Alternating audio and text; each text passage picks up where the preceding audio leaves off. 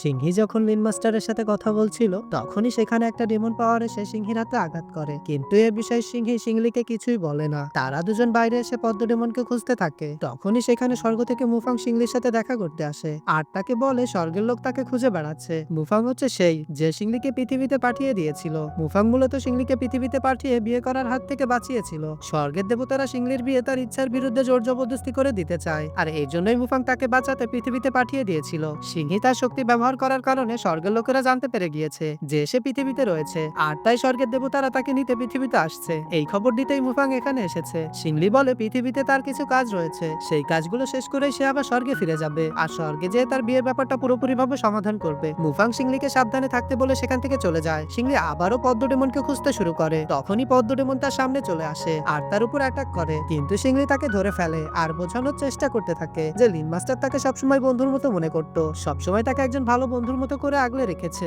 সিংলি বলে তুমি যেমন লিন মাস্টারকে ভালোবাসো, ঠিক তেমন ভাবে লিন মাস্টারও তার স্ত্রীকে অনেক ভালোবাসে, আর তাকে বাঁচানোর জন্য তোমার সাহায্য তার খুবই প্রয়োজন। এখন তুমি ভেবে দেখো যে তাকে সাহায্য করবে কিনা। পরের পার্ট দেখতে চ্যানেলটি সাবস্ক্রাইব করে রাখুন।